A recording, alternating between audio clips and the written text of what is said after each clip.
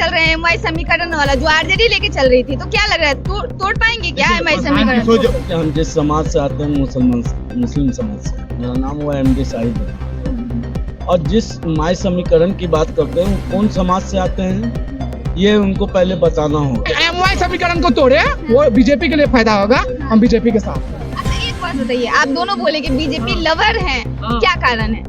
लालू जी क्या बोलते हैं, ज्यादा फूटे वाला हो, ज्यादा फूटे वाला है भाई। कहाँ मानी लालू जी, हरियाणा में तो फूट गई एमआई समीकरण टूट गई क्या?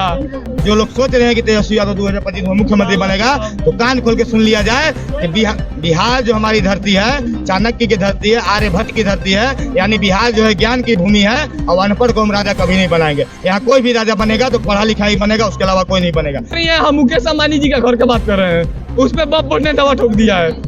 हाँ, नमस्कार, आप देख रहे हैं वक्त की आवाज इंडिया, मैं हूं आपके साथ खुशी गोस्वामी।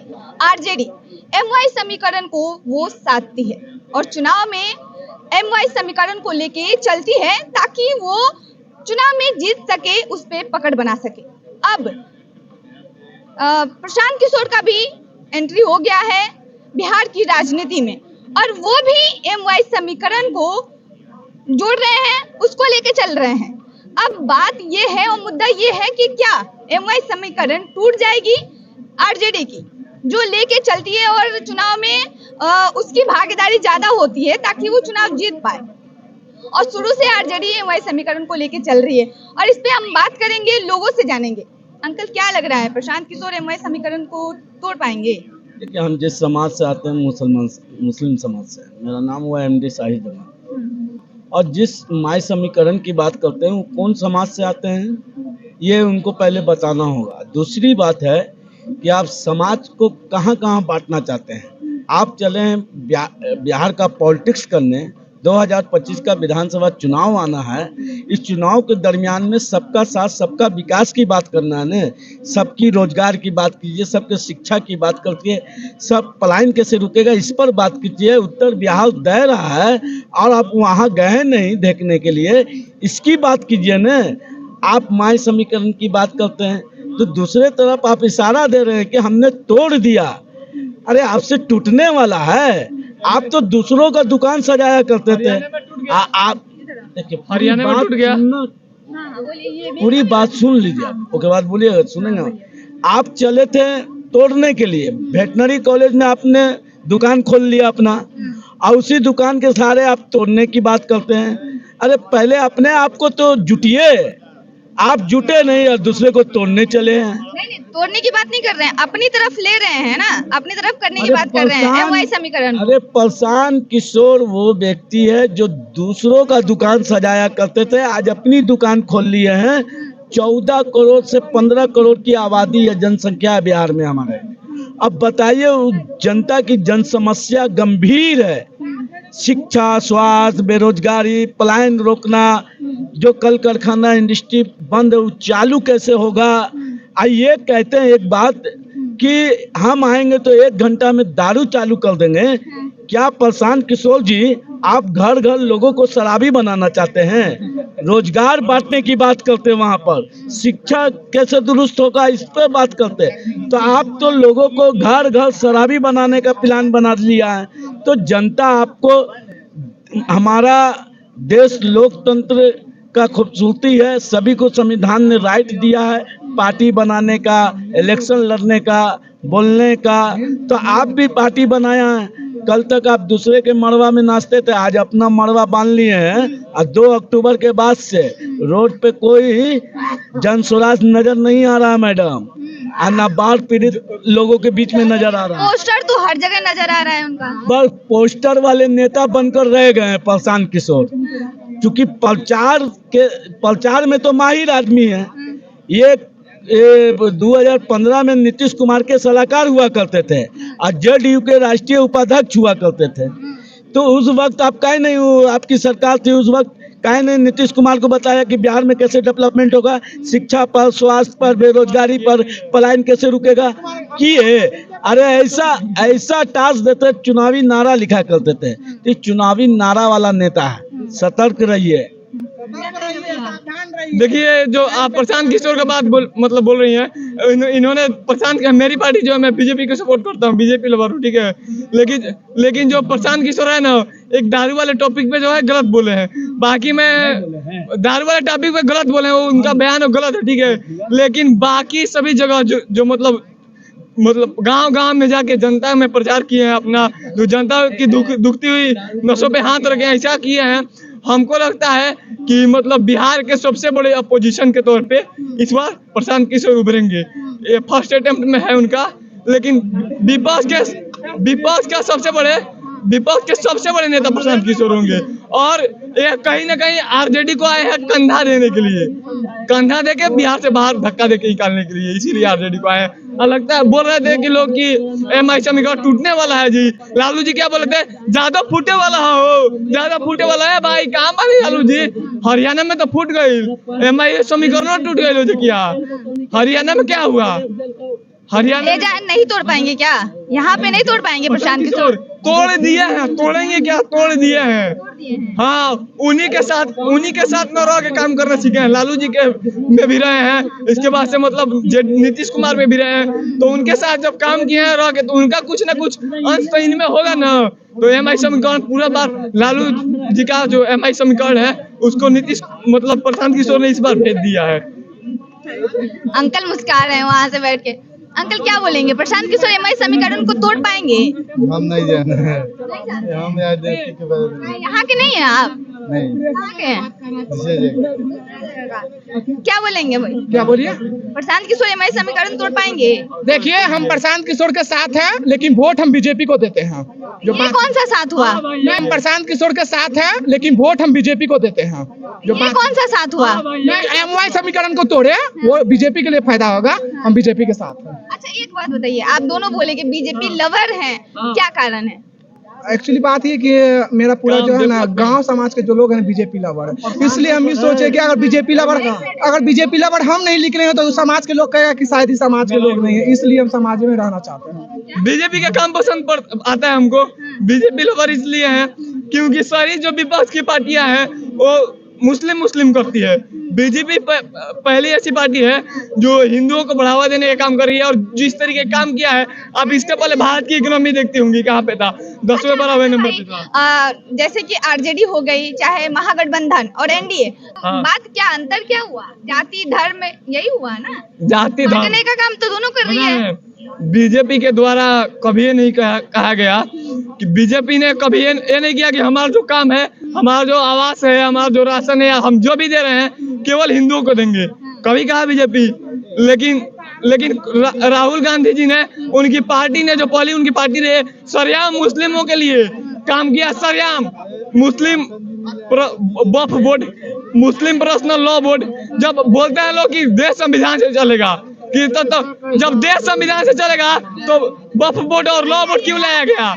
जब देश संविधान से चलेगा तो वक्फ बोर्ड और लॉ बोर्ड क्यों लाया गया? मैं सवाल पूछना चाहता हूँ, ये बताइए। वक्फ बोर्ड और लॉ बोर्ड लाना जरूरी था? वक्फ बोर्ड में क्या है? आज मेरे पापा जी कमा रहे हैं, मेरे घर बना रहे हैं मेरे कमा के, और अगर वक्फ बोर्ड उस पर दवा ठोक दे तो घर उनका हो जाएगा। अच्छा, एक मामला पटना का ही, यहाँ के एक गांव का है ये मामला, फतुआ में ही ये मामला। पटना का बात कर रही है, हम मुकेश अंबानी जी का घर का बात कर रहे हैं, उस पे वक्फ बोर्ड ने दवा ठोक दिया है। हाँ, वक्फ बोर्ड के जो एक मुल्ला था जा तो एक पिल्ला था वहाँ पे, बोल रहा था कि मुकेश अंबानी जी आए और हमसे प्रार्थना करें, मतलब कि हम उनके किराए पे ले रहे हैं घर, वक्फ बोर्ड से प्रार्थना करें। एक पिल्ला था वहीं भौंक रहा था। क्या बोल रहे थे अंकल? बोल रहे थे ये है कि छोटू कह रहा था कि हिंदू मुस्लिम की बात कर रहा है। हिंदू, हमारे बिहार में तो हिंदू मुस्लिम भाई है। एमवाई क्या हुआ? नहीं है मैम, नहीं है। हम अरे तो नरेंद्र मोदी का दम है तो राशन मुस्लिम का बंद करवाओ। काहे के लिए? अरे तो बंद करवाओ ना भाई, काहे नहीं? एक है काहे हम भाई नहीं बनाएंगे। अच्छा सुनिए, हम किसी को भाई नहीं बना सकते, लेकिन इसका मतलब वो नहीं हुआ कि हम किसी को मार दें, उनका खाने में मुंह कर देते हैं। आप क्या कहना चाह रहे हैं अंकल? इधर बोलिए। हाँ बोलिए, हमसे बोलिए। हम कह रहे हैं कि नरेंद्र मोदी जी का हम ये कहना चाहता हूँ कि मुस्लिम का वोट बंद, राशन बंद करवा दें। काहे बंद करवा दें? जब वो भारत के नहीं है क्या? मुस्लिम भारत में है ना? नहीं है तो मुस्लिम के विरोध काहे कर रहे हैं कौन बताइए। विरोध कर रहा है? बीजेपी विरोध करती है। नहीं कर रही है बताइए। बीजेपी ये बचवा बोल रहा है। बचवा भी तो इंसान है ना, समाज में आप है, ये है, जो बोलना है आप भी स्वतंत्र है, ये भी स्वतंत्र है बोलने के विरोध लिए। करते हैं मैम, खुल के विरोध करते हैं। किसका विरोध करते हैं? मुस्लिमों का खुद का विरोध करते हैं। बताए काहे विरोध करते हैं? अब बताइए काहे विरोध करते हैं? अब हम हमसे जानिए, जो अपने भाई का बहन नहीं हो सकता वो हमारे बहन होगा। अभी आप देखिए, अभी आप देखिए ऐसी बातें नहीं कर। बात बोला जा रहा है मुस्लिम का विरोध हम लोग क्यों करते हैं, हम बता दे रहे हैं। क्योंकि देश में देखिए, देश में सीए एनआरसी का मुद्दा आता है तो एक ही समुदाय के लोग आते हैं। अभी देखिए ज्यादा दूर नहीं, 1 महीने का बात है, जम्मू कश्मीर से धारा 370 जो है वापस लाने की बात हो रहा है, तो एक ही समुदाय का लोग हो रहा है। ताकि देश में कुछ भी होता है तो एक ही समुदाय के लोग आते हैं, क्यों है? तो हम क्यों विरोध नहीं? सुनिए पहले बात है, हमारी मंदिरों को तोड़ा जा रहा है तो एक ही समुदाय के लोगों को जोड़ा जा रहा है। यही बात बोलिए कि मोदी जी हिंदू मुस्लिम कर रहे हैं। अरे मोदी जी तो सही है कि जो कम से कम सबका साथ सबका विकास लेके चल रहे हैं, लेकिन हम मोदी जी से कहना चाहेंगे, ठीक ना, कि आपने नारा दिया था कि सबका साथ, और आपने ठीक 2024 में 2024 से 19 तक आप सबका साथ लेके चले और 19 से 24 तक सबका विकास किए, लेकिन 24 से 29 तक सबका हिसाब करने वाला काम कीजिए। समझ सही ना? बोल रहे हैं। ये लड़का सही बोला, ये गलत बोला। क्या गलत बोले हैं? आप क्या हम भी तो क्या बोलेंगे? गलत क्या बोले हैं? मैं बोला कि हिंदू मुस्लिम की बात है। ये क्या बोला? सबको साथ सबको विकास, चाहे हिंदू हो चाहे मुसलमान हो चाहे कोई भी हो। लेकिन हम बिल्कुल हमसे बात बोलेंगे, क्यों नहीं मुस्लिमों के प्रति बोला जाएगा। आज देखिए लोकसभा इलेक्शन का बात है, यूपी का एक रामपुर गांव है जिसमें कम से कम 2200 की आबादी है और सारे मुस्लिम समाज के लोग हैं, ठीक है। एक भी मतलब कोई हिंदू वहाँ नहीं है, जिसमें से 543 की 542 घर मुस्लिमों को दिया गया, प्रधानमंत्री आवास योजना के तहत दिया गया, लेकिन एक भी वोट बीजेपी को नहीं मिला। क्यों? आखिर जब आप ये पूछता तो आपको बताइए कि बीजेपी ने सारा वहाँ काम किया, आपको प्रधानमंत्री आवास के तहत 500 कुछ घर दिया गया, लेकिन एक भी मुसलमान जो है वोट बीजेपी का काम नहीं किया, देने का काम नहीं किया। लेकिन हम मोदी जी से इसी वजह से हम अभी आपको बोले कि मोदी जी से अब हम लोग कहना चाहते हैं कि आपने जो है सबका साथ सबका विकास वाला नारा तो लेके चले, लेकिन आप जो है 24 से 29 तक सबका हिसाब का भी नारा लेना। ये नारा नहीं, ये नारा तो प्रशांत किशोर भी लेके चल रहे हैं, एमवाई समीकरण वाला जो आरजेडी लेके चल रही थी। तो क्या लग रहा है, तोड़ पाएंगे क्या एमवाई समीकरण? प्रशांत किशोर जी जो है अच्छे नेता है, तेजस्वी यादव से बहुत अच्छे नेता है, और 25 में वो एकदम बिल्कुल आएंगे, लेकिन विपक्ष के नेता के रूप में आएंगे, समझ गया ना। वो अभी नहीं जीतेंगे मैडम। बाद एक में बात बताइए, अब कोई आदमी डायरेक्ट यूपीएससी निकालना चाहता है, बिहार पुलिस नहीं निकालना चाहता, तो क्या दिक्कत है? वो डायरेक्ट यूपीएससी का तैयारी कर रहा है बंदा। शायद इनको ये पता नहीं है कि प्रशांत किशोर क्या चीज है। ये लोग तेजस्वी के झंडा उठाने वाला 500 रुपया वाला काम करते हैं और कोई बात नहीं है, समझ गया ना। इस बार तेजस्वी यादव जाएंगे चौथे नंबर पे और प्रशांत किशोर आएंगे दूसरे नंबर पे, एक भी जान लीजिए, और बाकी जो है पहले नंबर पे। अच्छा भैया, प्रशांत किशोर का ये जो बोल रहे हैं आप, ठीक है चलेगा, मतलब वो ये बात बोल रहे थे कि पहले तो जब यात्रा निकाले तो क्या बोल रहे हैं कि बाकी सारे नेता आरजेडी हो गई, बीजेपी हो गई, सब जातिवाद करती है, ठीक है। तो अभी वो क्या कर रहे हैं? सबसे पहला तो प्रशांत किशोर तो सबसे बड़ा जातिवाद तो करने वाला आप काम किए हैं, ठीक है। तो वही 2 महीने से आपकी पार्टी पूरी मतलब दौड़ धूप में लगी है, लेकिन आपने अभी तक में जब नॉमिनेशन के 4 दिन पहले उन्होंने बताया कि मेरा नाम प्रशांत किशोर पांडे है। सबसे पहले जातिवादी तो काम वो किए, दूसरा बात जातिवादी क्या किए कि हम 40 मुसलमानों को टिकट देंगे, तो आप जातिवादी वाला काम क्यों नहीं? जातिवादी वाला काम आप किए हैं, क्या बाकी नेता वाला काम कर रहे हैं? हमने क्या बोला कि प्रशांत किशोर दूसरे नंबर पे आएंगे। प्रशांत किशोर बहुत अच्छे नेता है, तेजस्वी यादव से बहुत बेटर नेता है, ठीक है। और तेजस्वी यादव के बारे में एक बात बोलना चाहेंगे ना, कि जो लोग सोच रहे हैं कि तेजस्वी यादव 2025 में मुख्यमंत्री बनेगा, तो कान खोल के सुन लिया जाए कि बिहार जो हमारी धरती है, चाणक्य की धरती है, आर्यभट्ट की धरती है, यानी बिहार जो है ज्ञान की भूमि है, और अनपढ़ को हम राजा कभी नहीं बनाएंगे। यहाँ कोई भी राजा बनेगा तो पढ़ा लिखा ही बनेगा, उसके अलावा कोई नहीं बनेगा। या तो नीतीश कुमार ही बनेंगे और नहीं तो बीजेपी से कोई बनेगा। मुझसे बोलिए अंकल, सुनाई देता है। ठीक राजा तो अनपढ़ पहले ही बन चुका है बाबू, बहुत पहले ही बन चुका है। ए बचवा को हम बनाए हैं, हम बनाए हैं। बाबू अकबर बना था बाबू, ये बात मान लो। राजा हम पहले ही बन चुके हैं।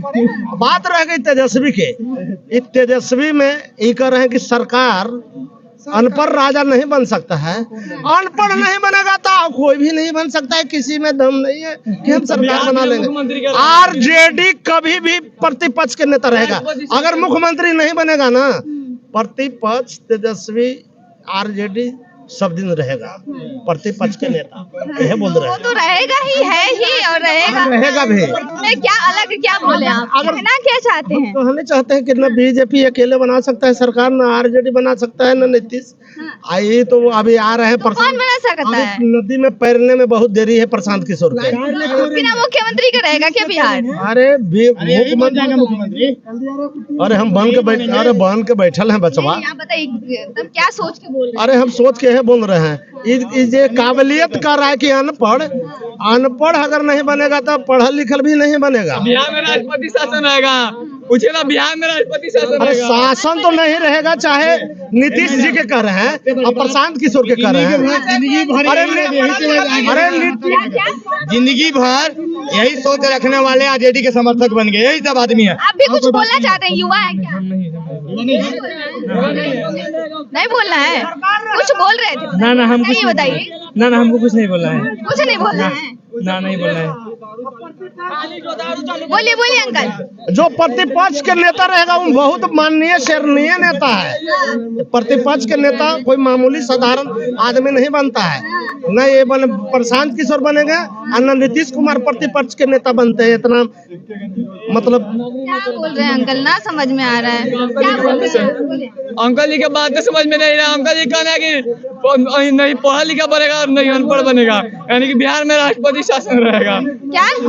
वो बोल रहा है कल जी कि बिहार में ना नीतीश बने ना तेजस्वी, तेजस्वी बने। कोई भी नहीं बने तो कौन बनेगा? बनेगा उसके आपके हिसाब से कौन बनेगा? हम के हिसाब से जो युवा नेता है, जो अच्छा काम करे, जो अच्छा फायदा काम करेगा वो नेता बने। क्या लग रहा है कौन कर रहा है अच्छा काम? अच्छा काम हमको लिए तो अभी नेता है ये ना है तो अभी कौन करेगा? है ये नहीं है नेता? अरे भाई चिराग है, तेजस्वी है, नीतीश है, नीतीश तो अभी है ये है, वो तो प्रशांत किशोर आ गए हैं। प्रशांत किशोर के क्या करेगा? उसको पानी में लेके तैरने लिए भेज दीजिए। अथी क्या कहता है, खगड़िया जिला में चाहे वो समस्तीपुर जिला में पानी में तैरने लिए भेज दीजिए। और वहाँ पे जब ना लेके आएगा तब कहेगा जनता कितना डूब रहा है। सपोर्ट नहीं करते हैं। सपोर्ट हम कैसे करेंगे जब जनता करेगा? तो आप लोगों ने सुना कि प्रशांत किशोर के बारे में लोगों की क्या राय है, आप लोग सुन सकते हैं। फिलहाल आप इस मुद्दे पे क्या सोचते हैं हमें कमेंट में जरूर बताएं। धन्यवाद।